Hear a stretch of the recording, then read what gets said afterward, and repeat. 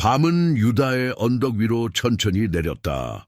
올리브 잎사귀 사이로 스며드는 바람은 마른 흙 냄새를 일으켰고 먼 길을 지나온 사람들의 신발 밑창에는 세금과 군화 그리고 억눌린 한 첸의 먼지가 켜켜이 붙어 있었다. 예루살렘 성벽 너머로 로마의 깃발이 어둠 속에 흔들렸고 거리의 등잔불은 사람들의 눈빛처럼 작고 흔들렸다. 선지자의 음성이 오래 침묵한 시절 하나님을 기다리는 마음은 깊어졌고 기다림의 무게는 세대를 넘어 가문과 마을, 아이들의 자장계까지 스며들었다. 오래전 한 사람이 별을 올려다보며 약속을 받았다.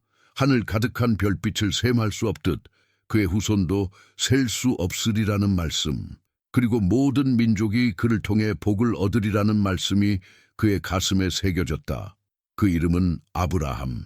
텐트 기둥에 부딪히는 밤바람 소리만큼이나 분명한 약속은 광야의 길과 나그네의 불안, 때로는 웃음과 눈물의 경계를 지나며 끈질기게 이어졌다. 사람의 능력으로는 붙잡을 수 없는 약속이었으나 약속을 주신 분이 그 약속의 주인이셨다. 한 줄기 빛이 가문 지아멘이라는 그릇에 담겨 아버지에서 아들로 어머니의 품에서 자녀의 심장으로 전해졌다. 세월이 흘러 들판에서 수금을 타던 목동이 왕이 되었다. 그 이름은 다윗. 그는 골짜기의 그림자를 지나 왕좌에 올랐고 하나님은 그의 집과 나라를 굳게 세우리라 약속하셨다.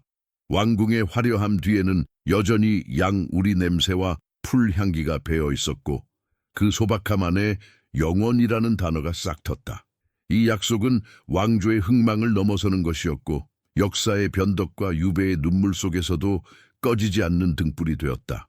사람들은 다윗의 자손에게로 시선을 모았다. 언젠가 올 그분 억눌린 등을 펴게 하실 이 죄의 사슬을 끊고 공의를 세우리라 예언된 그분을 향한 노래가 절기마다 울려 퍼졌다. 선지자들은 산맥처럼 이어졌다. 어떤 날에는 장차 오실 종의 낮아짐을, 또 어떤 날에는 왕의 영광을 노래했다. 어머니의 품과 같은 위로와 불꽃과도 같은 심판이 함께 예언되었다.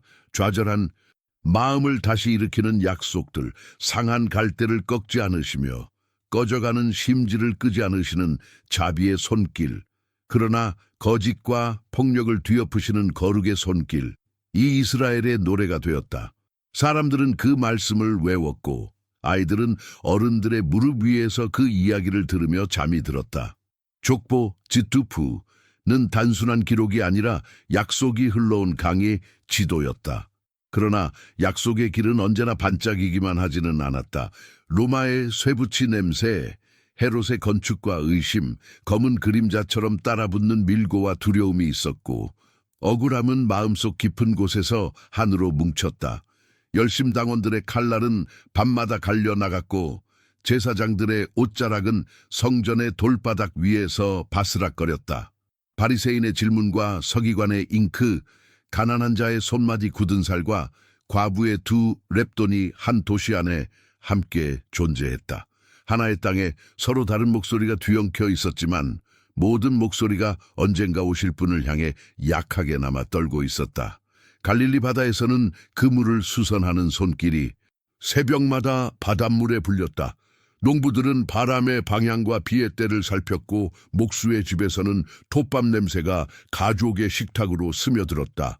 해가 질 무렵이면 아이들의 웃음과 개 짖는 소리, 뗄나무 깨지는 소리와 함께 하루가 접혔다. 그 평범한 일상은 곡식 단처럼 묶여 하나님의 때에 흔들릴 준비를 하고 있었다. 하나님은 종종 가장 평범해 보이는 자리를 성소로 삼으신다. 아무것도 특별해 보이지 않는 하루의 균열 사이로 약속이 빛처럼 새우며들기 때문이다. 이스라엘의 어머니들은 아이들을 품에 안고 오래된 이야기를 전했다. 그 이야기에는 출애굽의 밤이 있었고 광야의 낮이 있었으며 사사들의 혼란과 왕들의 찬란함, 그리고 유배의 냉기가 있었다. 그러나 어느 페이지를 펼치더라도 한 문장은 늘 중심을 지켰다.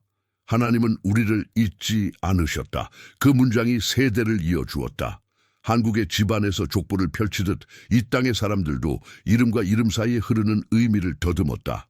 이름은 단지 호칭이 아니라 소명, 조밍이었고 소명은 기억 속에서 자라나는 씨앗이었다. 약속은 때로 늦어 보였다. 하지만 늦음은 실패가 아니라 준비였다. 기다림이 길어질수록 사람들은 자신에게 묻기 시작했다. 우리는 어떤 왕을 원하는가? 칼과 병거의 왕인가? 아니면 상한 마음을 싸매시는 왕인가? 무거운 멍에를 더 얻는 주인인가? 아니면 멍에를 함께 지고 걸어주는 목자인가? 갈림길에서 사람들의 기도는 보다 낮은 음으로, 보다 깊은 골짜기로 스며들었다. 누구든 목마르면 오라는, 수고하고 무거운 짐진 자는 쉬라고 부르는 음성, 언젠가 들려올 그 초대의 메아리를 사람들은 아직 오지 않은 새벽처럼 기다렸다. 역사는 외형으로 보면 로마가 지배했다. 그러나 보이지 않는 곳에서는 다른 손길이 실을 꿰고 있었다. 밧줄처럼 두꺼운 권력의 줄도 하나님의 가느다란 은혜의 실을 묶어두지는 못했다. 다윗의 집에서 시작된 그 실은 유배와 침묵을 지나도 끊어지지 않았고 이방의 길목과 갈릴리의 먼지를 가로질러 보이지 않는 무늬를 짜고 있었다. 누군가는 그 무늬를 운명이라 불렀지만 이스라엘의 경건한 자들은 그것을 약속의 섭리라 불렀다. 겉으로는 늘어지지 않는, 그러나 손끝으로 만지면 분명한 결, 하나님이 짜 내려오시는 결이었다. 그 결은 한 마을에 가 닿았다. 지도에서 사소한 점처럼 보이는 곳, 열광적 순례의 행렬이 잘 찾지 않는 곳, 가난과 수고가 사람들의 어깨에 자연스러운 옷처럼 걸려있는 곳, 나사렛. 돌과 흙이 엮인 집들이 낮은 언덕을 따라 퍼져 있었고 저녁마다 굴뚝이 내뿜는 연기가 하늘의 색을 조금씩 바꾸었다. 길모퉁이의 항아리에서 퍼올린 물은 하루의 피로를 씻겨내렸고 작은 등잔불은 가족의 얼굴을 부드럽게 비추었다. 이 마을의 밤은 겉으로 특별할 것 없는 밤이었으나 하늘의 눈으로 보면 이미 진동이 시작된 밤이었다. 나사렛 사람들은 서로의 이름을 알고 있었다. 장터에서 건넨 인사와 안부, 아이들의 키가 자라는 속도, 병든 이의 상태, 곡식의 형편, 이 모든 것이 공동체의 숨으로 이어졌다. 한국의 정칭처럼 서로에게 묶인 따뜻함이 있었고 오래 함께 살아온 사람들이 공유하는 묵직한 침묵도 있었다. 하나님은 이런 침묵을 사랑하신다. 말보다 깊은 자리를 찾아 약속을 심으시기 때문이다. 사람들의 걸음이 잦아들고 집집마다 문이 닫히는 시각, 하늘은 잔잔해졌고 땅은 귀를 기울였다. 그 마을에 한 젊은 여인이 있었다. 그녀의 삶은 특별한 무늬를 드러내지 않았다. 아침이면 물을 길었고 낮에는 집안의 일을 도왔으며 저녁이면 기도를 속삭였다. 그녀의 손마디에는 수고의 흔적이, 눈동자는 평온한 결의가 있었다. 조상의 약속을 들으며 자랐기에 그녀의 가슴에는 보이지 않는 노래가 하나 있었다. 그것은 화려하지 않았지만 흔들림이 없었다. 고요히, 꾸준히, 마치 산 아래에서 솟아나는 샘물처럼. 사람들은 내일도 오늘과 다르지 않으리라 여겼다. 로마의 세금은 여전히 무거울 것이고 곡식은 하늘의 손길을 여전히 기다릴 것이다. 그러나 하늘은 이미 한 장면을 준비하고 있었다. 약속은 오랫동안 걸어와 이제 문턱에 이르렀다. 이야기의 호흡은 느리지만 분명하게 다음 장면을 향해 나아가고 있었다. 등잔불이 마지막으로 흔들리고 마을의 소리가 완전히 잠들어가는 시간, 하나님의 섭리는 낮은 자리를 찾아 앉았다. 그리고 그 낮은 자리 한가운데 나사렛의 한 집에서 젊은 여인이 창가에 놓인 항아리를 정돈하며 창밖의 별을 잠시 올려다 보았다. 별빛은 먼 약속을 닮아 조용히 떨렸다. 그 이름은 마리아였다. 이야기는 이제 그 조용한 이름에서 다음 걸음을 준비한다. 나사렛의 밤 공기는 여전히 고요했다. 흙벽에 기대선 창틀과 항아리, 손수 짠 직물과 나무 그릇, 그 어떤 것도 특별해 보이지 않는 자리에서 하나님은 조용히 다음 장면을 여셨다. 마리아가 물동이를 내려놓고 숨을 고르던 그때 비처럼 맑은 인사가 방 안에 스며들었다. 두려움이 먼저 찾아왔지만 그 두려움보다 더 깊은 평안이 마음을 감싸 안았다. 약속은 굵은 목소리로 밀어붙이지 않았다. 대신 씨앗처럼 떨어져 가슴에 뿔이 내렸다. 하나님께는 불가능이 없다는 한마디가 마리아의 일상과 영혼을 동시에 밝혀주었다. 고개를 숙인 순종은 단순한 체념이 아니라 신뢰의 시작이었다. 그녀는 자신의 몸과 시간, 미래의 이름까지 하나님께 맡겼다. 그러나 순종이 곧바로 평탄함을 뜻하지는 않았다. 요셉의 마음은 밤마다 뒤척였다. 마을의 시선과 율법의 기준, 자신의 양심과 사랑 사이에서 그는 방향을 잃은 사람처럼 서 있었다. 길게 한숨을 내쉰 새벽, 하나님은 꿈을 통해 그의 손을 붙드셨다. 두려워하지 말라. 그 말은 요셉의 어깨에 걸린 짐을 풀어주었다. 그는 서둘러 일어나 마리아를 아내로 맞았고 그 결심은 한 남자의 의의를 넘어 약속을 지키는 하나님의 길과 포개졌다. 사람들의 수군거림이 남아있었지만 더 무거운 침묵이 그 가정을 감싸기 시작했다. 그 침묵은 도망이 아니라 보호였다. 때가 되어 로마의 조서가 나라를 뒤흔들었다.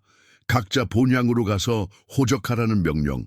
요셉은 다윗의 동네 베들레헴으로 가야 했다. 만삭의 마리아와 동행하는 길은 짧지 않았다. 돌길과 비탈, 낮의 열기와 밤의 냉기가 번갈아 몸을 두드렸다. 요셉은 걸음을 늦추고 길가의 그늘을 찾았으며 마리아는 배 안의 생명이 고요히 움직이는 것을 느끼며 숨을 고르게 했다. 낯선 여관에서 거절을 당할 때마다 두 사람의 마음은 한 뼘 더 서로에게 기울었다. 약속은 때로 사람을 가장 낮은 자리로 안내한다.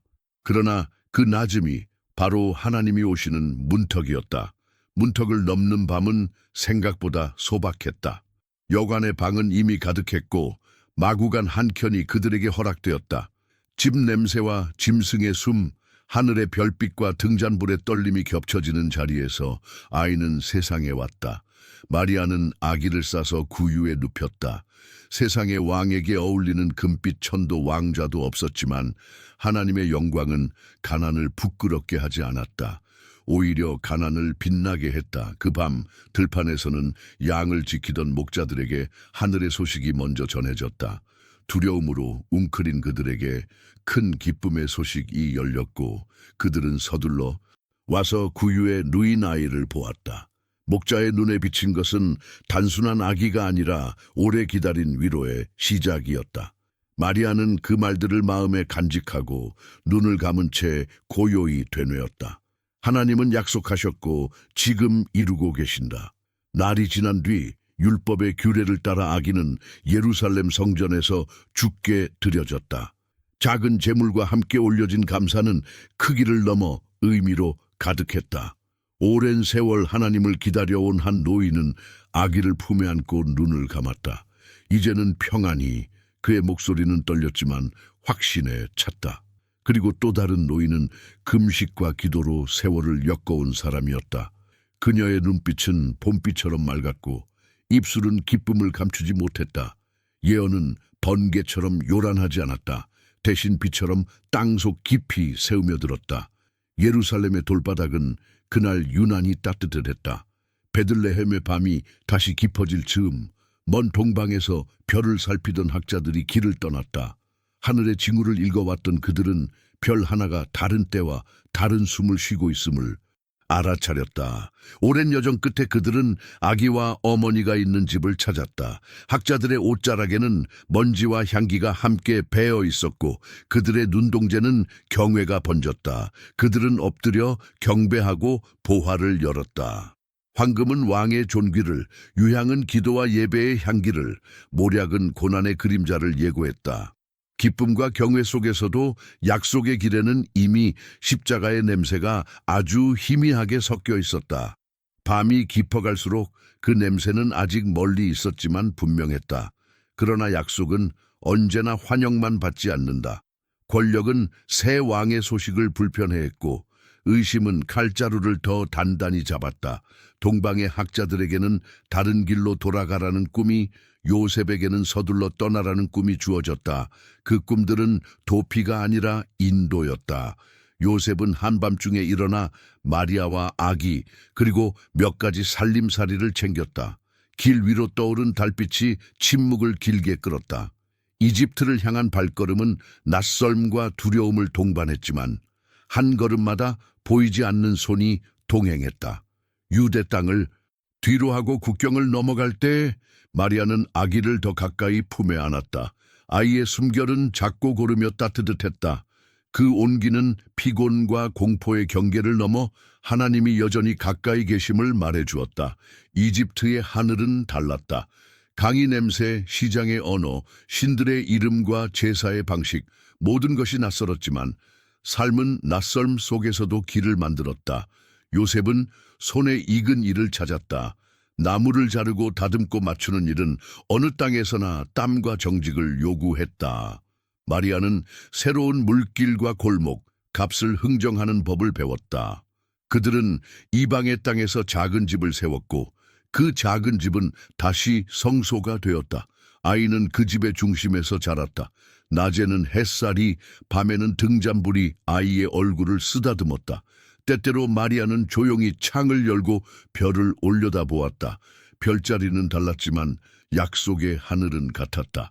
세월이 흐르고 위험을 낳았던 왕이 죽었다는 소식이 들려왔다. 또 한 번 꿈이 요셉을 이끌었다.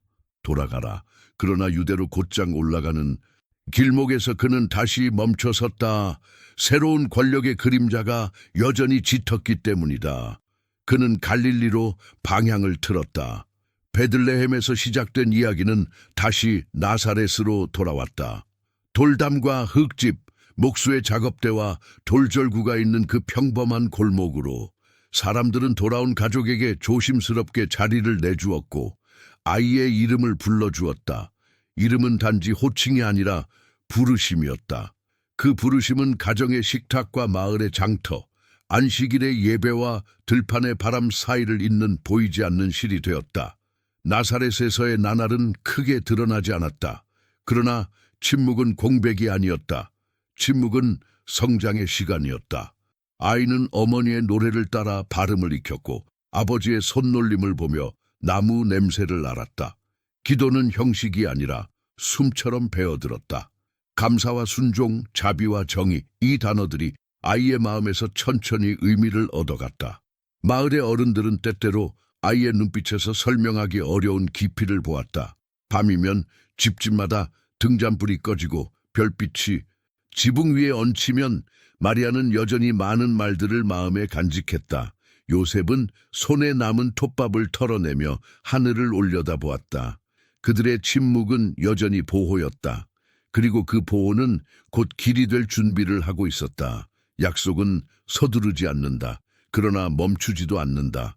아이가 자라며 말과 걸음이 또렷해질수록 집안의 공기는 조금씩 다른 숨을 쉬었다. 어느 날 먼 곳의 절기를 위한 준비가 집안을 분주하게 만들 것이다. 길 위의 먼지와 성전의 돌바닥, 노래와 기도, 질문과 깨달음, 새로운 장면들이 천천히 다가오고 있었다. 이야기는 지금 나사렛의 낮은 지붕 아래서 조용히 숨을 고른다. 다음 걸음은 소년의 발걸음이 처음으로 큰 길을 향해 나설 때 시작될 것이다. 봄바람이 올리브 잎을 스치던 해 소년은 12살이 되었다. 나사렛의 집안은 예루살렘으로 오르는 절기 준비로 분주했다. 장정들은 가죽끈을 고쳐매고 아이들은 짐을 줄줄이 들었다. 마리아는 마른 빵을 싸고 물병을 점검했으며 요셉은 문턱을 나서기 전 집안의 등잔불을 잠시 바라보았다.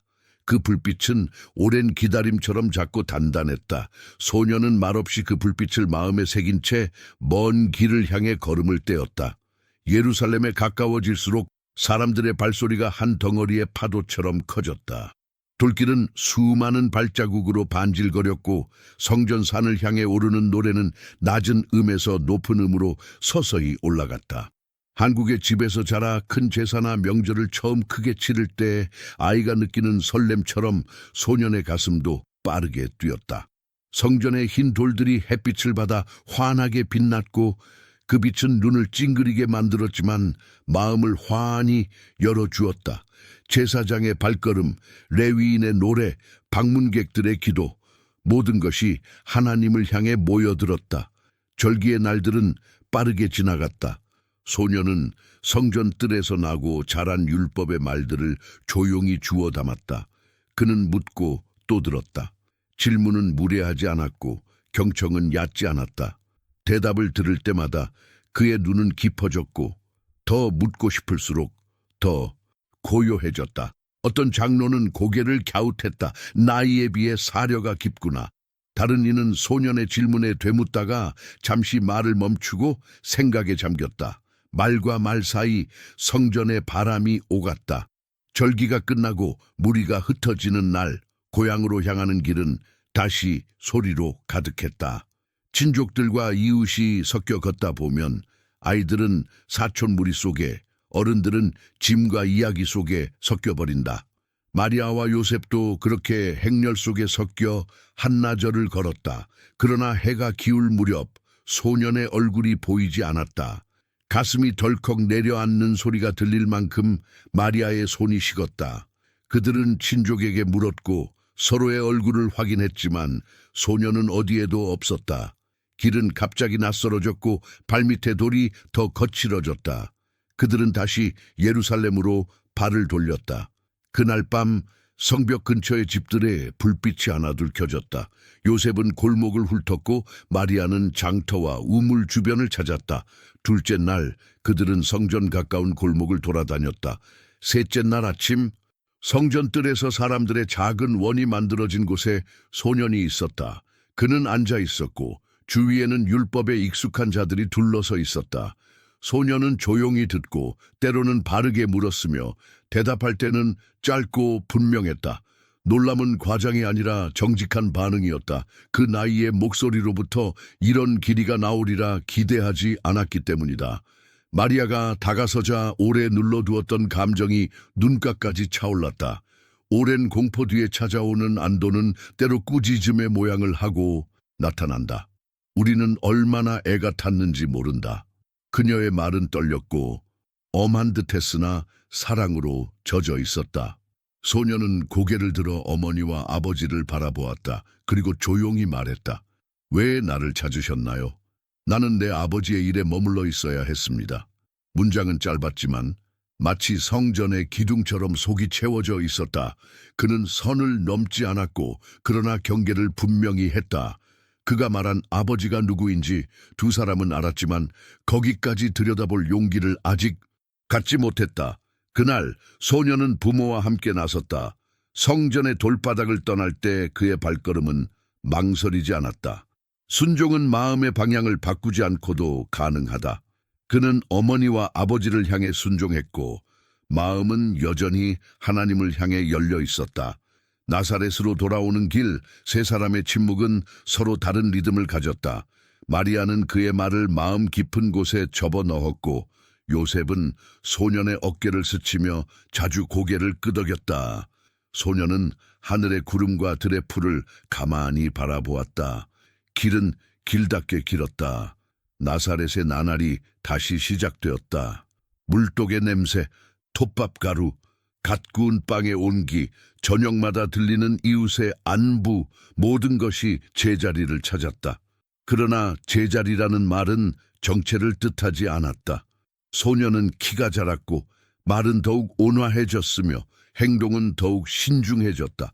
동네의 어른들은 그를 좋아했고 동갑내기들은 그와 함께 있을 때 마음이 평안해졌다고 말했다. 그는 분주한 날에도 작은 자를 지나치지 않았고 다툼이 일어날 때 먼저 물을 길어왔다. 힘으로 누르지 않았고 말로 앞서지 않았다. 마치 보이지 않는 기준이 그의 안에 서 있는 듯했다. 안식일이면 회당에 앉아 율법과 예언서를 들었다. 어떤 날은 단어 하나가 가슴에 오래 남았고 어떤 날은 말씀이 눈물처럼 흘러내렸다. 그는 문장보다 숨을 먼저 배웠다. 말씀이 문장을 통해 흘러오되 숨처럼 삶 속에 배어야 한다는 것을. 요셉의 작업대에서는 나무가 곧게 서는 법을 배웠다. 비틀린 섬유를 그대로 붙잡지 않고 물을 먹이고 대패질을 하고 결을 따라 깎아야 비로소 곧은 빛이 나온다. 사람의 마음도 그렇게 다듬어진다는 것을 그는 손으로 알았다. 마리아의 부엌에서는 감사가 시간이란 그릇에 어떻게 담기는지 배웠다. 작은 것에서 시작된 감사가 집 안의 공기를 바꾸는 것을 보았다. 나사렛의 침묵은 공허가 아니었다. 침묵은 깊어지는 소리였다. 소녀는 새벽에 종종 집을 나서 동틀 무렵에 언덕을 걸었다. 산 너머로 빛이 올라오는 순간을 바라보는 일이 그에게는 기도였다. 오늘도 옳은 길로 걷게 하소서. 말은 길지 않았으나 중심이 있었다. 어느 날은 마을에 병든 이를 방문했고 어느 날은 들판에서 길 잃은 아이를 업고 집까지 데려다 주었다. 그가 지나간 자리에는 다툼이 가라앉거나 억울함이 설명을 만났고 슬픔이 품을 얻었다. 사람들은 이유를 잘 설명하지 못했으나 그와 함께 있을 때 하나님이 가까이 계신 것 같다고 속삭였다. 세월이 더해졌다. 집안의 책임은 무거워졌고 손의 일은 더 단단해졌다. 그는 값비싼 것보다는 바르게 맞물리는 것을 귀히 여겼다. 덜컹거리던 문이 매끈해지고 금이 간 자리에는 새 결이 심어졌다. 그는 가르치지 않았으나 살아서 보여주었다. 바르게 선다는 것이 무엇인지, 부드럽게 강하다는 것이 무엇인지, 사랑이 무게를 견디는 방식이 무엇인지. 어느 날 마리아는 그의 얼굴을 오래 바라보았다. 소년의 선은 남자의 선으로 변하고 있었다. 기쁨과 두려움이 동시에 올라왔다. 기쁨은 약속이 자라고 있기 때문이었고 두려움은 그 약속이 향할 길을 어렴풋이 알기 때문이었다. 그 무렵 광야에서 소문이 올라왔다. 요단 건너편 낙타털 옷을 입은 한 사람이 메마른 땅에서 소리를 냈다는 이야기였다. 그는 사람들에게 마음을 돌이키라 말했고 물로 씻기며 세기를 준비하라고 외쳤다. 소문은 장터의 역가게보다 더 빠르게 퍼졌다. 어떤 이들은 비웃었고 어떤 이들은 손에 쥔 일을 멈춘 채 먼 곳을 바라보았다. 마을의 젊은이들 몇은 호기심으로 길을 나섰고 나이든 이들도 조심스레 따라갔다. 사람들의 눈빛에 두 가지 빛이 번갈아 비쳤다. 하나는 두려움, 다른 하나는 희망이었다. 그 소식이 나사렛의 집에도 닿았다. 저녁 식탁이 끝나갈 무렵 바깥의 바람이 문사를 흔들었다. 소년, 이제는 청년의 어깨를 가진 그 은 조용히 일어나 작업대 위에 올려둔 대패를 정리했다.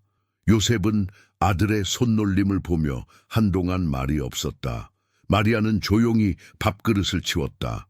말로 정해진 약속은 없었지만 마음으로 정해진 시간이 있었다. 그는 집 안을 한 번 둘러보았다.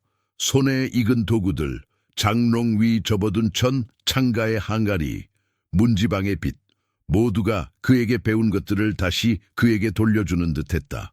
이튿날 새벽, 아직 마을의 등잔불이 차에 꺼지지 않은 시간에 그는 문을 열었다. 언덕 너머로 어둠이 조금씩 물러나고 먼 동쪽에서 희미한 빛이 올라왔다. 발 아래의 길은 요단 쪽으로 뻗어 있었다. 그는 고개를 숙여 문턱을 넘었다. 발걸음은 가볍지 않았으나 흔들리지 않았다. 뒤에서 문이 닫히는 소리가 났다. 마리아는 문 안쪽에서 두 손을 모았고 요셉은 마당에 서서 하늘을 올려다보았다. 바람이 지나가며 작은 먼지를 일으켰다. 그는 광야에서 울리는 소리를 향해 걸었다. 물가로 회개의 노래가 모이는 자리로. 아직 물은 차갑고 아직 사막의 해는 높지 않았다. 그러나 때는 가까웠다. 이야기는 이제 요단을 향해 나아가는 그의 뒷모습에서 다음 장면을 준비한다. 요단으로 내려가는 길의 바람은 메마른 풀대를 스치며 낮게 울었다. 갈대 끝에 매달린 이슬은 햇살을 받자 금빛으로 떨었고 물가로 모여든 사람들의 마음도 그 빛에 맞춰 흔들렸다. 한 사람이 광야에서 외치고 있었다. 그의 옷은 거칠었고 말은 날카로웠으나 그 날카로움은 사람을 찌르기 위함이 아니라 묶인 매듭을 자르기 위함이었다. 회개하라. 그의 소리는 죄책의 먼지를 일으키는 소리가 아니라 굳은 흙을 갈아엎어 씨앗이 들어갈 자리를 만드는 쟁기의 소리였다. 사람들은 물에 내려가 옛사람을 씻어내리고 새 마음으로 다시 오른다는 소망을 품었다. 그는 스스로를 높이지 않았다. 나보다 능력 많으신 이가 오신다. 나는 그의 신발끈을 풀 자격도 없다. 낮아짐의 고백이 요단의 물결처럼 번져갔다. 그 무리 사이로 나사렛에서 온 한 사람이 조용히 섞여들었다. 누구의 어깨도 밀치지 않았고 누구의 발걸음도 흐트러뜨리지 않았다. 그가 가까이 오자 외치던 자의 눈빛이 잠잠히 깊어졌다. 오래 기다린 얼굴을 알아본 사람처럼 그는 잠시 말을 멈추었다. 내가 당신에게서 세례를 받아야 할 터인데 당신이 나에게 오십니까? 그의 떨리는 목소리에는 두려움과 기쁨이 동시에 실려 있었다. 그러나 나사렛에서 온 이는 낮고 단정하게 말했다. 지금은 이와 같이 하여 모든 의를 이루는 것이 합당하다. 물결이 발목을 감쌌고 차가운 물이 허리까지 올랐다. 그는 요단의 물속에 잠겼다가 올라왔다. 그 순간 하늘이 열렸다. 내려오는 것은 폭풍이 아니라 비둘기처럼 순한 임재였다. 빛이 그의 이마를 감싸고 보는 이들의 귀에 닿는 음성이 있었다. 너는 내 사랑하는 아들이라 내가 너를 기뻐하노라. 그 음성은 율법의 장과 장 사이 예언의 문장 끝에 달린 쉼표들이 마침내 맞이한 마침표 같았다. 그 자리에 있던 이들은 얼굴을 들지 못했고 몇몇은 눈물을 훔쳤다. 그러나 그 눈물은 부끄러움이 아니라 안도의 눈물이었다. 긴 기다림 속에서 한 헨처럼 눌러두었던 소망이 숨을 쉬기 시작했기 때문이다. 하늘이 열리면 땅의 길이 열리기도 한다. 영께서 그를 광야로 이끄셨다. 축제의 소리가 등 뒤에서 멀어지고 모래와 바람 그리고 별빛만이 남았다. 40일 동안 그는 먹지 않았다. 허기는 몸에서 먼저 시작되어 마음의 깊은 곳을 두드렸다. 밤이면 짐승들의 발자국 소리가 멀리서 났고 낮이면 태양이 돌을 벌겋게 달궜다. 침묵은 공허가 아니라 검이었다. 무엇을 잘라내고 무엇을 남길지 가르는 칼날이었다.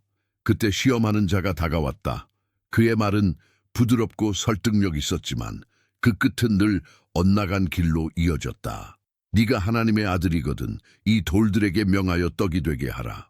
첫 시험은 배고픔의 문으로 들어왔다. 사람은 약해질 때 가장 쉬운 길을 보고 상처날 때 가장 빠른 약을 찾는다. 사막에서 빵은 생존 자체였고 돌은 그 생존을 당장이라도 해결해 줄 것처럼 보였다. 그러나 그는 배고픔보다 더 깊은 허기를 알고 있었다. 사람이 떡으로만 살 것이 아니오 하나님의 입으로부터 나오는 모든 말씀으로 살 것이라. 말은 한 줄이었지만 그 한 줄은 길이 되었고 길은 흔들리지 않았다. 두 번째 시험에서 그는 선급의 높은 곳에 섰다. 발 아래로 성전의 흰 돌이 가파르게 떨어졌고 사람들의 시선과 기대가 그 아래에서 출렁거렸다. 네가 하나님의 아들이거든 여기서 뛰어내리라. 기록되었으되 시험하는 자는 말씀을 인용했다. 그러나 인용은 동의가 아니었다. 그는 하나님을 증명해야 할 대상으로 끌어내리려 했다. 증명은 사랑의 언어가 아니다. 사랑은 시험하지 않는다. 그는 간결하게 가로막았다. 주 너의 하나님을 시험하지 말라. 성전의 바람이 그의 옷자락을 흔들었지만 그의 마음은 흔들리지 않았다. 세 번째 시험은 가장 그럴듯했다. 세상의 나라들과 그 영광을 보여주며 속삭였다. 내게 엎드려 경배하면 이 모든 것을 내게 주리라. 광야의 바람은 사정없이 불었고 그 바람 속에서 나무가 꺾이며 내는 소리는 권력의 달콤함과 비슷했다. 사람들은 오랜 역사 속에서 강한 왕을 원했고 한 애엔을 풀어줄 칼을 바랐다. 그러나 그는 길의 끝을 미리 섭취하는 거래를 거절했다. 권세는 목적이 아니라 도구여야 했다. 도구가 주인이 되는 순간 영혼은 값을 잃는다. 그는 마지막으로 단호히 말했다. 사탄아 물러가라. 기록되었으되 주 너의 하나님께 경배하고 다만 그를 섬기라. 말이 끝나자 바람은 방향을 바꾸는 듯했고 시험하는 자는 물러갔다. 그가 줄인 자에게 빵을 강요하지 않듯 악은 더 이상 가까이 머물 수 없었다. 천사들이 와서 그를 수종들었다. 그 손길은 요란하지 않았고 위로는 과장되지 않았다. 뜨거운 모래 위에 놓인 그늘처럼 숨을 고르게 해주는 조용한 은혜였다. 그는 몸의 힘을 회복했지만 그보다 더 깊은 데에서 다져진 것은 마음의 결이었다. 떡, 명성, 권세, 사람들이 사랑하고 두려워하는 세 가지 축이 그 앞에 놓였다가 사라졌다. 그가 붙든 것은 하나였다. 오직 아버지의 뜻. 한국의 집에서 오래된 나무 기둥을 손으로 쓸어내릴 때 느끼는 단단한 결처럼 그의 안에도 분명한 결이 서 있었다. 그는 광야를 나와 다시 요단 쪽으로 향했다. 물가에는 여전히 사람들이 모여 있었고 외치던 자는 슬며시 목소리를 낮추었다. 다음 날 그가 물가를 지나갈 때 외치던 자의 눈빛이 다시 빛났다. 보라, 세상 죄를 지고 가는 하나님의 어린 양. 그 말은 판단의 망치가 아니라 구원의 문을 여는 열쇠였다. 그 자리에 서 있던 몇몇은 그 말을 듣고 발걸음을 멈추었다. 두 사람이 서로의 얼굴을 잠깐 바라보고 같은 결심으로 움직였다. 그들은 외치던 자의 제자들이었으나 이제는 그가 가리키는 분을 따라가 보기로 했다. 그가 걸음을 옮길 때 뒤에서 조심스레 따르는 발소리가 났다. 그는 멈춰서서 돌아보았다. 눈빛은 추궁하지 않았고 다그치지도 않았다. 무엇을 구하느냐? 질문은 요구가 아니라 초대였다. 두 사람은 잠시 말이 막혔다가 겨우 입을 열었다. 랍비여, 어디 계시오니이까? 그들의 말에는 주소를 묻는 호기심이 아니라 삶이 머물 자리, 심장이 안식할 좌표를 찾는 갈망이 담겨 있었다. 그는 미소 지으며 짧게 말했다. 와서 보라. 그들은 그날 그와 함께 머물렀다. 시간은 빠르게 흐르지 않았고 말은 지나치게 많지 않았다. 그러나 침묵 사이사이로 마음이 열리고 닫히는 소리가 들렸다. 그가 나무와 들판, 물과 바람, 사람과 하나님에 관해 말할 때 말은 인위로 솟구치지 않았고 샘물처럼 자연히 흘렀다. 질문을 던지면 대답이 왔고 대답은 길을 만들었다. 그 길은 좁았지만 막히지 않았다. 해가 서쪽으로 기울고 요단의 물결이 붉게 물들 무렵 두 사람의 눈빛은 아침보다 훨씬 맑아져 있었다. 밤이 내려앉기 전 물가의 소리가 잦아들었다. 먼 곳에서 양떼를 부르는 목소리가 희미하게 들리고 장정들의 웃음이 멀어졌다. 그와 함께 걸음을 옮기던 두 사람은 자신도 모르게 발을 맞췄다. 그들의 뒤로 요단 물결이 작은 빛들을 삼키듯 흔들렸고 위로는 별이 하나둘 깨어났다. 와서 보라. 그 짧은 말은 길게 울림을 남겼다. 누군가는 그날 밤 집으로 돌아가 형제를 찾을 것이고 누군가는 마음속에서 오래 내려가지 않던 돌을 조용히 내려놓을 것이다. 그러나 그 모든 것은 아직 다음 장의 몫이었다. 그는 조용히 하늘을 올려다보았다. 광야에서 굳어진 결이 여전히 흔들림 없이 서 있었다. 떡으로 살지 않겠다는 결, 하나님을 시험하지 않겠다는 결, 다른 이름 앞에 무릎 꿇지 않겠다는 결. 바람이 그의 옷자락을 스치고 지나갔고 강물의 숨은 여전히 고르게 움직였다. 이야기의 호흡도 그 물결을 닮았다. 서두르지 않되 멈추지 않는 호흡. 그날 밤 등잔불이 하나둘 꺼져갈 때 두 사람의 발자국이 요단의 모래 위에 길게 남았다. 초대는 이미 시작되었고 길은 앞을 향해 조용히 열리고 있었다. 다음 걸음은 호수의 바람과 작은 마을들의 숨결 속에서 더 많은 발자국으로 이어질 것이다. 그러나 지금은 아직 요단의 언덕, 막 저문 하늘 아래 와서 보라는 말이 어둠 속에서 은빛 실처럼 길게 빛나는 자리였다. 와서 보라는 초대가 몇 날의 침묵을 지나 갈릴리로 이어졌다. 호수는 아침마다 유리처럼 고요했다가 전고의 바람이 일면 은비늘을 뒤집었다. 물가의 마을마다 정칭이 짙게 배어 있었고 체면을 지키려 애쓰는 사람들의 마음에는 보이지 않는 상처가 고였다. 그 상처는 빵의 모양을 하고 있기도 병의 그림자를 하고 있기도 했다. 그는 그 마을들 사이를 걸으며 사람들의 숨을 들었다. 숨은 말보다 먼저 진실을 말해 주었다. 갈릴리의 작은 동네 한 혼례에 그와 어머니가 있었다. 축복의 노래가 한창일 때 기쁨의 잔이 비어가고 있었다. 잔치가 무너지면 집안의 체면도 함께 무너질 터였다. 어머니의 눈길이 아들의 얼굴을 찾았다. 그는 소란을 일으키지 않았다. 무엇이든 그가 시키는 대로 하라. 조용한 말이 흙 항아리 옆에 놓였다. 물을 가득 채웠을 뿐인데 눈먼 기쁨이 다시 눈을 떴다. 잔 속의 빛이 사람들의 얼굴로 번졌고 수근거리던 목소리들 사이에 환한 웃음이 피어났다. 그 표징은 권세 과시가 아니라 수치의 문턱을 지켜준 은혜였다. 제자들은 그날 마음으로 무릎을 꿇었다. 영광은 소란보다 낮은 자리에서 더 선명했다. 그는 호숫가의 마을, 가파른 골목과 비린내에 나는 폭우가 있는 곳을 거점으로 삼았다. 새벽마다 그물을 손질하던 이들에게 그의 눈길이 오래 머물렀다.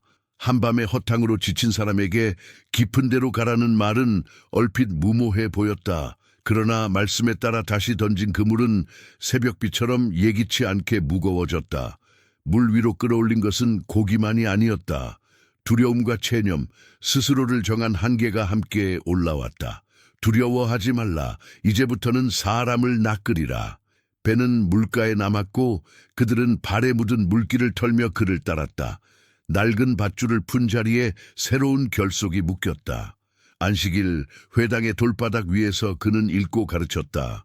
그의 말은 배운 이의 웅변과 달랐다. 들은 것을 되풀이하지 않고 살아있는 것이 살아있는 것을 부르는 소리였다. 사람들은 권위가 있다고 속삭였고 그 말은 두 가지 빛으로 갈라졌다.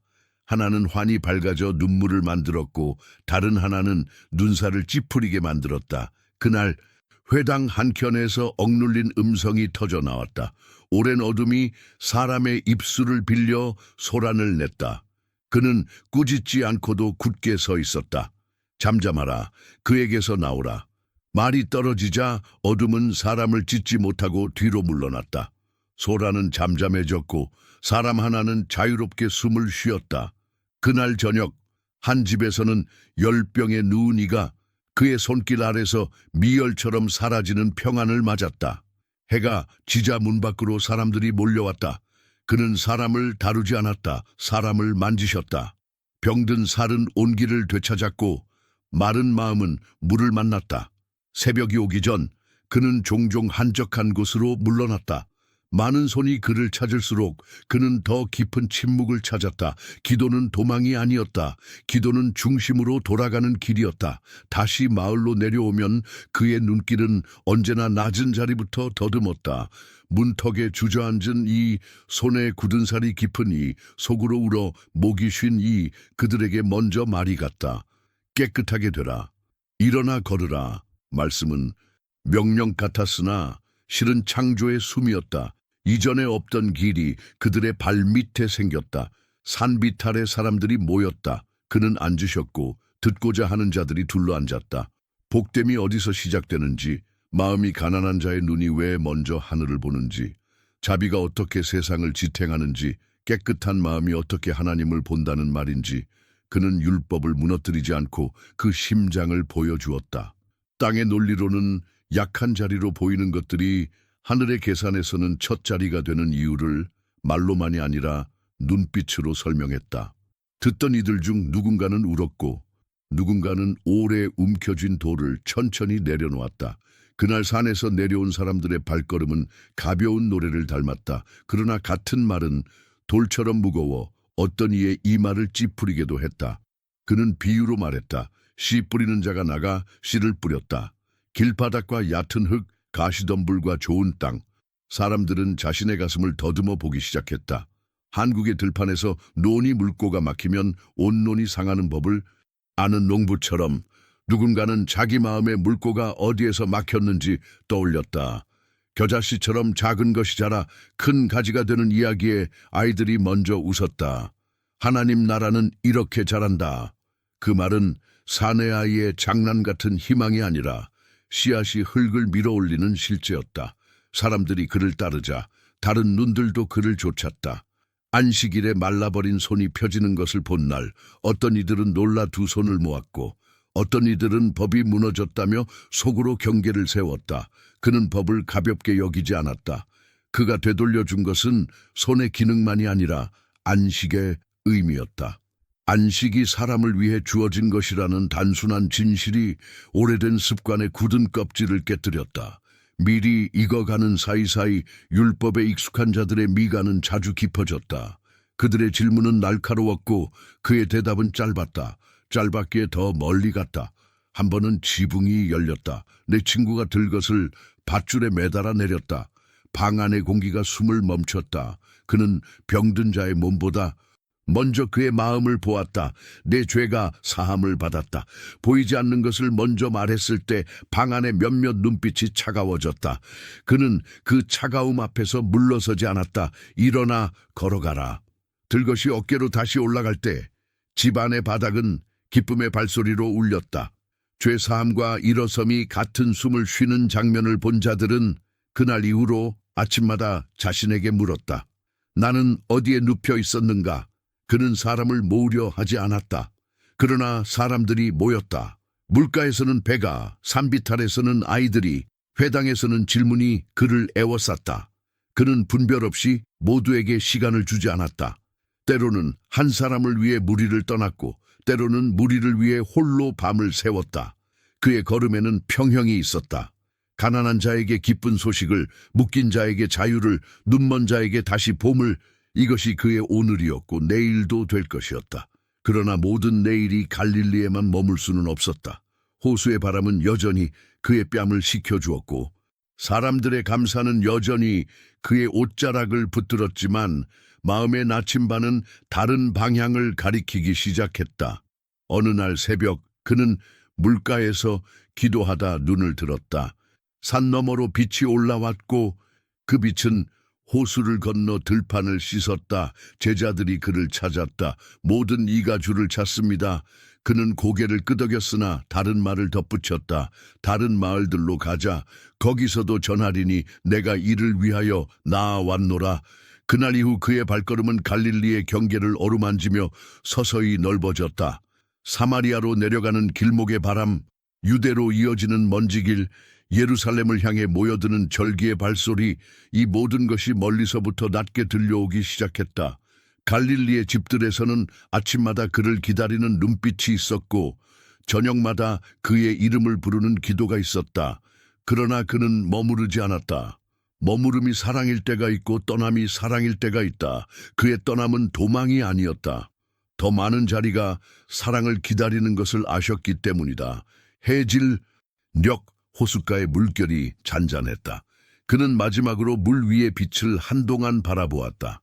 첫 표징이 시작된 땅, 상처와 기쁨이 함께 울던 집들, 산 위에서 복됨의 심장을 드러내던 날들, 모든 것이 한 장의 천에 수놓아진 듯 그의 마음에 정리되었다.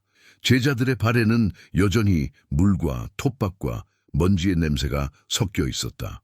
그는 그 발걸음을 앞으로 이끌었다.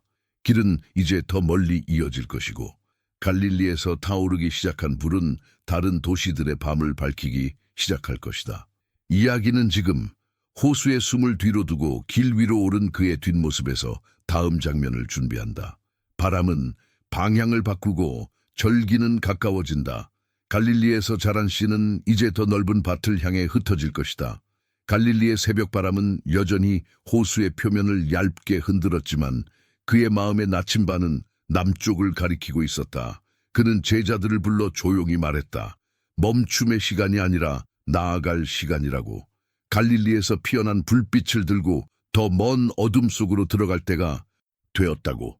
사람들의 기대와 감사가 그의 옷자락을 붙잡았으나 사랑은 때로 머물보다 떠남을 택한다. 길은 갈릴리의 경계를 넘어서 사마리아와 유대로 이어지고 그 길마다 오래 눌린 한 첸과 마른 가슴의 숨이 기다리고 있었다. 사마리아의 언덕을 오르던 전고 햇빛이 돌과 흙을 하얗게 달구었다. 마을 어귀의 우물가 물동이를 든 한 여인이 있었다.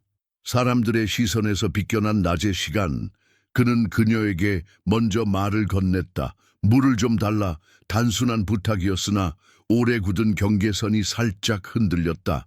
대화는 물에서 시작해 목마름의 근원으로 향했다. 내가 주는 물을 마시는 자는 영원히 목마르지 아니하리라. 그 약속은 광야의 오아시스가 아니라 마음 안에서 솟는 샘에 대한 말이었다. 여인은 조심스레 마음의 문을 열었고 마을로 들어가 사람들을 불렀다. 그분을 보라고. 두어 날 머무는 동안 사마리아의 낮은 집들 사이로 기쁜 소식이 골목의 바람처럼 번졌다. 누군가는 편견을 내려놓았고 누군가는 오래 숨겨둔 죄책을 내려놓았다. 그가 떠나는 아침, 우물가의 물결은 잔잔했지만 사람들의 눈빛은 새로 반짝였다. 길 위에서 율법에 익숙한 이가 물었다. 영생을 얻으려면 무엇을 해야 합니까? 그는 되물었다. 율법에 무엇이라 기록되었느냐? 대답은 정확했지만 아직 피가 통하지 않았다. 그때 그는 한 이야기를 들려주었다. 강도 만난 자, 보고 지나간 이들, 그리고 멈춰선 이방인, 기름과 포도주, 들것과 주막, 그리고 내일 돌아오겠다는 약속. 이야기가 끝나자 사람들의 가슴은 각자 다른 자리에 멈춰 섰다. 누군가는 자신이 지나쳐 온 얼굴을 떠올렸고 누군가는 오늘 당장 멈춰 서야 할 발걸음을 느꼈다. 가서 너도 이와 같이 하라. 명령은 무겁지 않았다. 다만 핑계를 가볍게 했다. 사마리아와 갈릴리 사이에서 문둥병자 10명이 멀찍이 서서 소리쳤다. 주여, 우리를 불쌍히 여기소서. 그는 그들에게 제사장들에게 가보라고 했다. 아직 나은 흔적이 보이지 않는 발걸음이 먼저 순종했다. 가는 도중에 그들의 살갗에서 오랜 격리가 벗겨졌다. 그때 한 사람이 돌아왔다. 큰 소리로 하나님께 영광을 돌리며 그의 발 앞에 엎드렸다. 사마리아 사람이었다. 그는 묻지 않아도 아는 눈빛으로 그를 일으켰다. 일어나 가라. 내 믿음이 너를 구원하였다. 병보다 더 깊은 외로움이 치유되는 순간 길 위의 공기가 가벼워졌다. 유대로 내려갈수록 말은 더 무거워지고 눈길은 더 날카로워졌다. 그는 나라에 대해 말하되 칼과 방패가 아니라 씨와 누룩으로 설명했다. 잃은 양 한 마리를 찾기 위해 99을 광야에 두고 나가는 목자의 이야기. 잃어버린 드라크마 한 잎을 찾기 위해 등불을 켜고 집안을 쓸어내는 여인의 이야기. 집을 떠났다가 돌아온 아들을 위해 잔치를 여는 아버지의 이야기. 듣는 이들의 표정이 자주 바뀌었다. 어떤 이는 눈가가 젖었고 어떤 이는 입술을 굳게 다물었다. 그의 비유는 법조문을 늘리려는 말이 아니었다. 다친 마음에 물꼬를 트는 말이었다. 그가 병든 자를 고치고 묶인 자를 자유롭게 할 때 힘을 누구에게서 얻느냐는 소리가 일었다. 어떤 이들은 그가 어둠의 힘으로 어둠을 다스린다고 중얼거렸다. 그는 조용히 대답했다.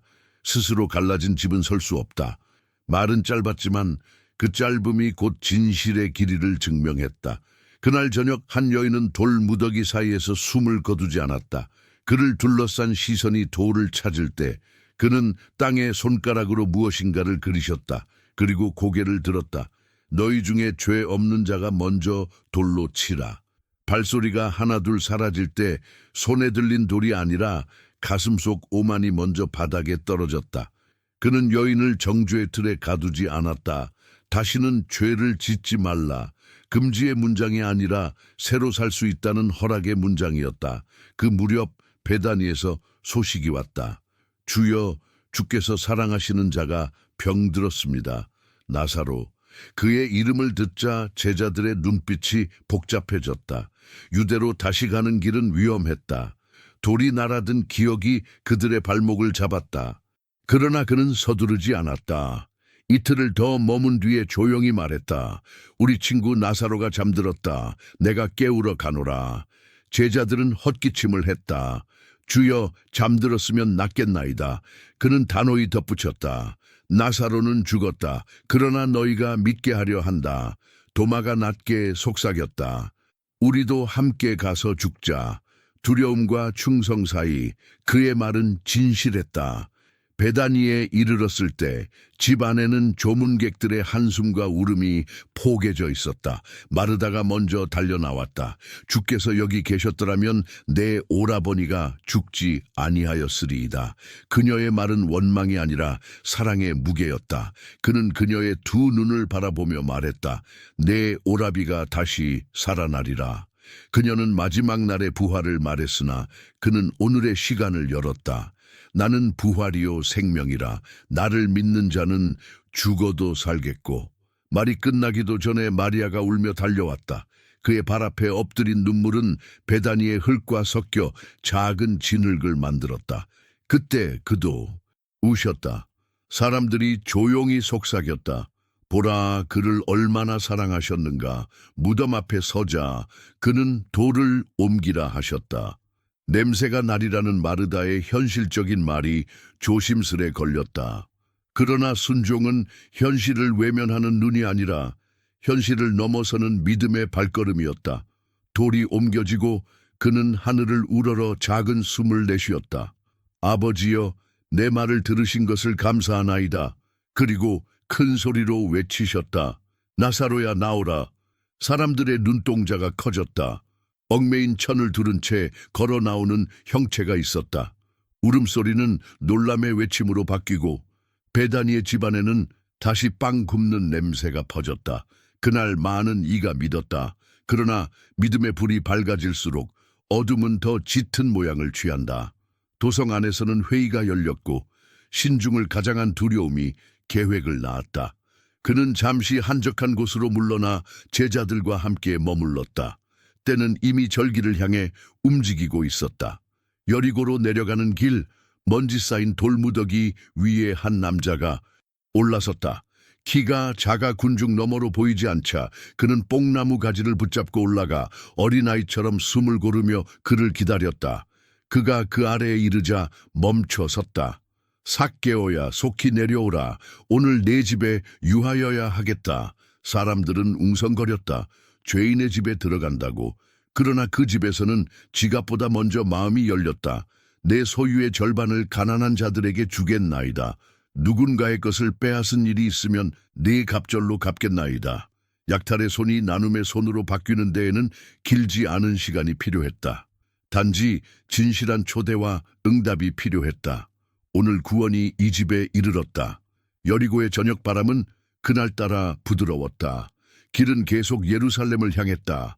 마지막 언덕 너머 감람산의 능선이 가까워졌다. 베다니와 벳바게의 작은 집들 사이로 사람들이 오르내렸고 절기를 앞둔 도성은 이미 숨을 고르고 있었다. 제자들의 발에는 먼지가 무겁게 달라붙었고 그의 눈빛에는 고요한 결이 자리했다. 갈릴리에서 시작된 씨앗의 이야기가 여기서 멈추지 않을 것을 그는 알고 있었다. 그러나 아직은 문턱이었다. 들어가기 직전의 숨, 등잔불이 꺼지기 전 마지막 떨림, 긴 노래가 후렴으로 넘어가기 전의 정적. 해가 기울며 예루살렘의 돌이 붉게 물들었다. 그는 잠시 멈춰서서 도시를 바라보았다. 기도와 거래, 제사와 음모, 감사와 두려움이 함께 들숨날숨을 하는 곳. 그의 마음은 흔들리지 않았다. 사랑은 오래 참으며 진리와 함께 기뻐한다. 곧 문이 열릴 것이다. 그러나 지금은 아직 문 앞. 이야기는 예루살렘의 문지방에 선 그의 조용한 옆 얼굴에서 다음 장면을 준비한다. 감람산 능선 너머로 도성이 붉게 물들 때 그는 베다니와 벳바게 사이에서 제자들을 조용히 보냈다. 건너편 마을로 가면 아직 아무도 타지 않은 나귀 새끼가 매여 있을 것이다. 풀어 끌고 오너라.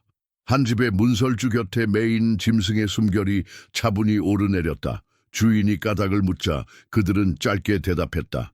주께서 쓰시겠다. 낮은 키의 짐승 위에 겉옷이 깔리고 그가 올라앉자 거리의 공기가 변했다. 올리브 잎 사이로 호산나가 퍼졌고 겉옷과 종려가지가 길 위에 깔렸다. 다윗의 자손계 복이 있도다.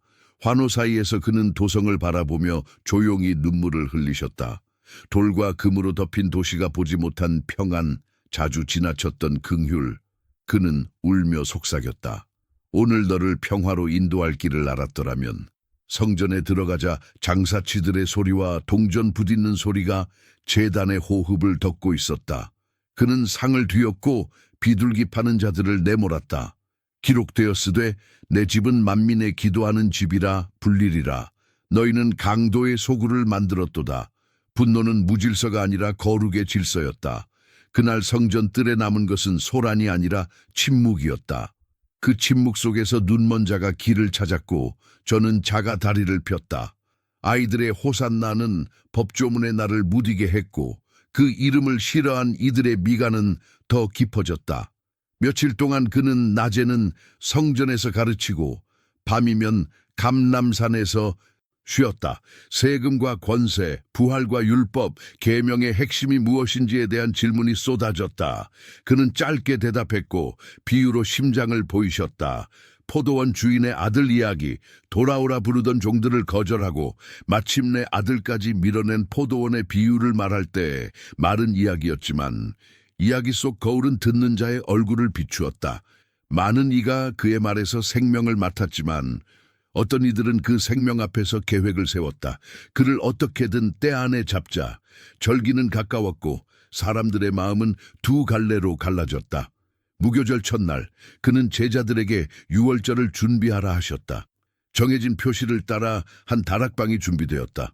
밤이 내려앉고 등잔불이 잔잔히 떨 때 그는 그들과 둘러앉았다. 잔과 접시가 놓인 상 위에 고요가 내려앉았다. 그는 빵을 들고 감사한 뒤 떼어 주셨다. 받아 먹으라. 이것은 너희를 위하여 주는 내 몸이다. 잔을 들어 다시 감사하시고 나누셨다. 이 잔은 죄 사함을 얻게 하는 새 언약의 피다. 너희를 위해 흘린다. 말은 짧았지만 언약은 그 짧음 속에서 시대를 넘어 열렸다. 그 밤 누군가의 발을 씻기는 물이 대야에서 부서졌다. 큰 자가 되는 길이 낮아짐이라는 사실이 맑은 물결처럼 발목에 와 닿았다. 내가 너희에게 한 것 같이 너희도 하라. 어둠이 깊어지자 그는 감람산의 동산으로 걸음을 옮겼다. 달 아래 은빛 잎사귀가 떨리고 흙길 위에 기도의 그림자가 길게 드리워졌다. 여기 머물러 깨어 기도하라. 제자들은 곁에 있었지만 마음은 무거운 돌처럼 가라앉았다. 그는 조금 떨어진 곳에서 얼굴을 땅에 대고 기도했다. 아버지여, 할만하시거든 이 잔을 내게서 지나가게 하옵소서. 그러나 나의 뜻이 아니라 아버지의 뜻이 이루어지소서. 땀이 피방울처럼 떨어졌다. 하늘은 침묵하지 않았으나 하늘의 대답은 잔을 거두는 손길이 아니라 견디게 하는 손길이었다. 기도가 끝나갈 즈음 불빛과 발소리가 어둠을 깨고 다가왔다. 앞장선 자의 입맞춤이 신호가 되었다. 칼과 몽둥이가 번쩍였고 누군가의 귀가 떨어졌다가 그의 소나귀에서 다시 제자리를 찾았다. 칼을 집에 도로 꽂으라. 그가 물으셨다. 내가 아버지께 구하여 천사들을 부르게 할 수 없는 줄로 아느냐. 그러나 이렇게 되어야 하느니라. 제자들은 흩어졌고 밤은 길어졌다. 대제사장의 집 안뜰에서는 누군가가 3번 부인하는 소리가 새벽의 닭 울음과 함께 허공에 부딪혔다. 안에서는 거짓 증언이 오르내렸고 네가 하나님의 아들이냐는 물음이 반복되었다. 그는 침묵하다가 마침내 진실을 말했다. 네가 말하였다. 그 순간 옷깃이 찢어졌고 분노와 두려움이 같은 표정으로 합쳐졌다. 아침이 밝자 그는 총독 관저로 넘겨졌다. 군중의 웅성거림이 돌담을 타고 흘렀다. 바라바를 놓아주라. 선택은 법정에서 이루어졌으나 오래된 두려움과 계산이 그 선택을 이끌었다. 채찍이 살을 찢었고 가시는 이마를 찔렀다. 자세곳이 어깨에 걸리고 갈대로 만든 홀과 조롱의 무릎이 이어졌다. 그는 입술을 여시지 않았다. 보라, 이 사람이라. 총독의 손 씻는 물은 책임을 씻지 못했고 외침은 더 커졌다. 그를 십자가에 못 박으라. 해가 높아지기 전에 한 사람이 십자가 빔을 대신 지었다. 구레네 사람 시몬. 군중의 밀물과 썰물이 돌길에 부딪힐 때 여인들의 울음이 가장 낮은 음으로 남았다. 그는 그들에게 돌아보며 말했다. 나를 위해 울지 말고 너희와 너희 자녀를 위해 울라. 골고다 해골의 곳에 이르자 못들이 손과 발을 찾았다. 나무에 펼쳐진 몸 위로 하늘이 천천히 구름을 모았다. 위에 붙은 글이 3가지 언어로 그를 조롱했다. 유대인의 왕.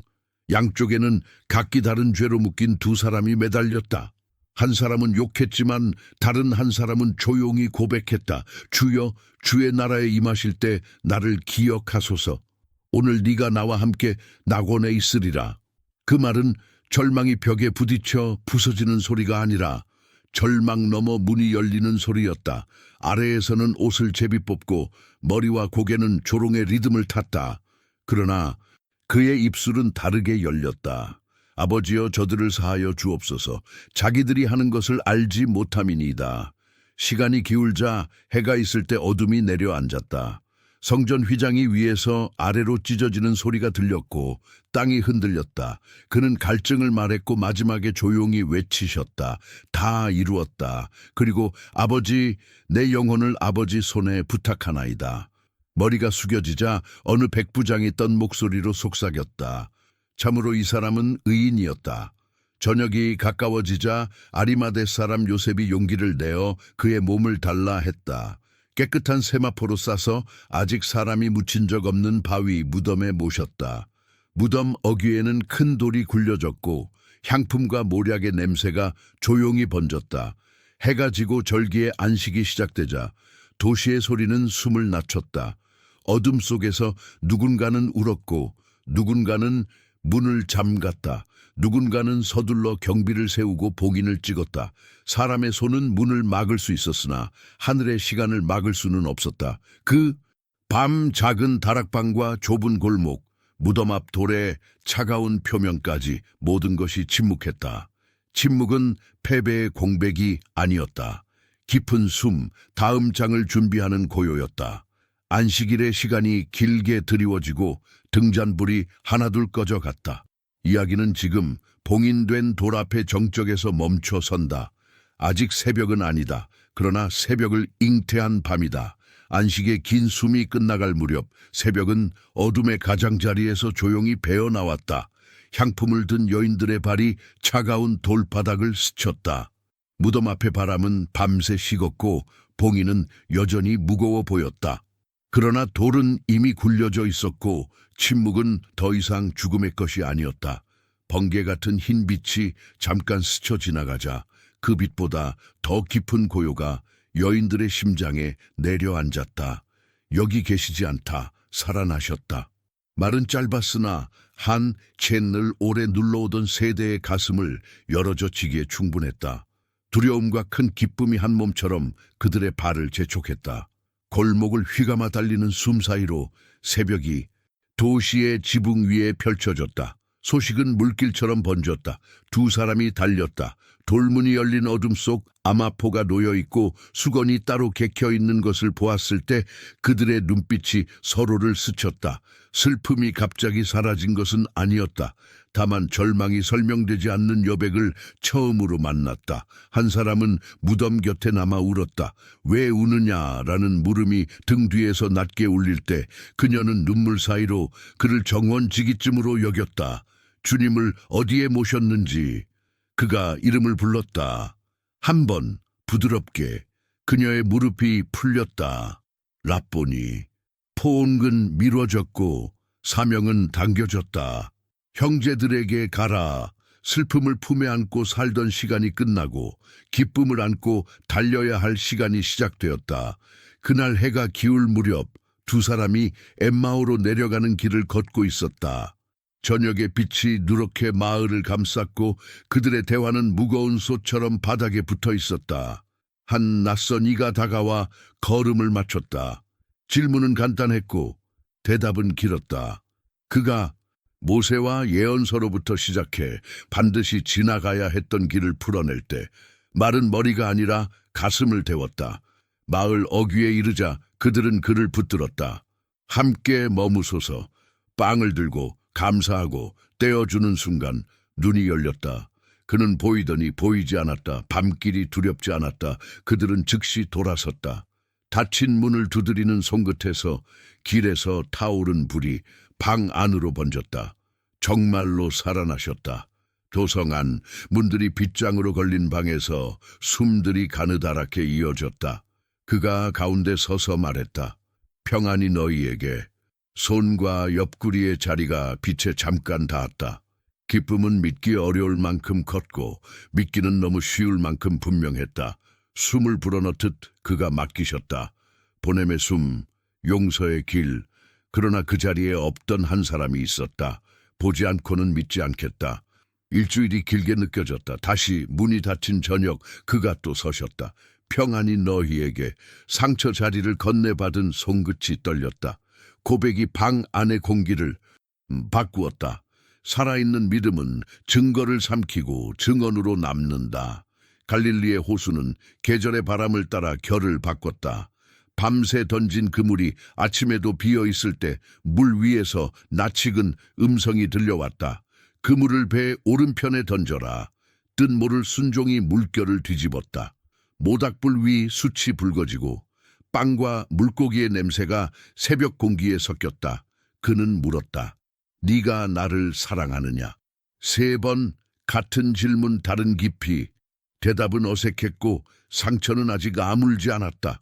그러나 사랑은 실패의 자리에서 더 깊게 배우는 법이었다. 내 양을 먹이라. 부끄러움과 소명이 한 그릇에 담겼다. 바람이 일렁이며 물결을 쓸었다. 맡겨진 길은 더 이상 고기와 바다의 일이 아니었다. 사람과 생명의 일이었다. 어느 산 위 하늘이 가까운 자리에 그들이 섰다. 어떤 이는 경배했고 어떤 이는 여전히 의심했다. 그는 도망치는 자를 꾸짖지 않았고 남아 선 자만 칭찬하지도 않았다. 그 대신 주권을 선포하셨다. 하늘과 땅의 모든 권세, 그 권세를 들고 가라고, 모든 민족으로 배우고 지키게 하라고, 세례를 베풀고 가르치고 함께 걷게 하라고. 내가 세상 끝날까지 항상 너희와 함께 있으리라. 명령 가운데 약속이, 약속 가운데 임재가 있었다. 의심은 책임을 유보하게 만들지만 임재는 발을 내딛게 만든다. 내려오는 길, 그들의 발걸음은 더 이상 흩어진 길이 아니었다. 하나의 방향을 가진 여러 개의 발이었다. 그는 다시 예루살렘 가까운 곳으로 그들을 이끄셨다. 감람산의 바람은 언제나처럼 도시를 부드럽게 어루만졌다. 그가 손을 들어 축복하실 때 손끝에서 흘러나온 은혜가 그들의 어깨에 놓였다. 그리고 그는 들려 올라가셨다. 구름이 그를 감쌌다. 눈은 하늘을 오래 붙잡았고 발은 땅에 남아 서 있었다. 왜 하늘만 쳐다보고 있느냐? 흰옷 입은 자들의 목소리가 그 시선을 땅으로 돌려 세웠다. 오실 그분은 가신 그대로 오실 것이다.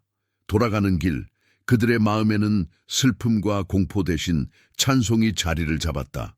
도시의 골목마다, 낮은 집들의 마루마다 기대가 다시 심어졌다. 대기에 숨이 바뀌고 있었다. 부활은 죽음의 실패를 부끄럽게 만들었고 사랑은 폭력의 결을 무디게 했다. 그의 제자들은 더 이상 과거의 증인이 아니라 살아있는 오늘의 증인이 되었다. 어떤 날은 기쁨이 힘이 되었고 어떤 날은 고난이 증언이 되었다. 그가 약속하신 임재는 눈에 보이는 형상이 아니었지만 서로의 손을 잡게 하고 낯선 이의 상처 앞에 멈춰 서게 하고 억울한 자의 곁에 오래 앉게 하는 힘으로 나타났다. 한국의 산새벽처럼 차갑고 맑은 공기 속에서 그들은 기도했고 기다렸다. 기다림은 이제 공백이 아니었다. 다가올 숨을 맞이하는 준비였다. 이야기는 여기서 끝나지 않는다. 다만 한 장을 고요히 덮을 뿐이다. 빈 무덤에서 시작된 길은 집 문턱을 넘어 골목과 시장, 배와 작업대, 학교와 병원, 회의실과 부엌, 교도소와 고립된 방까지 이어질 것이다. 생명은 늘 닫힌 문을 찾아가서 열어 젖힌다. 그리고 그 열림의 한가운데에 여전히 그가 계신다. 손과 옆구리의 자리를 영광으로 바꾸신 그가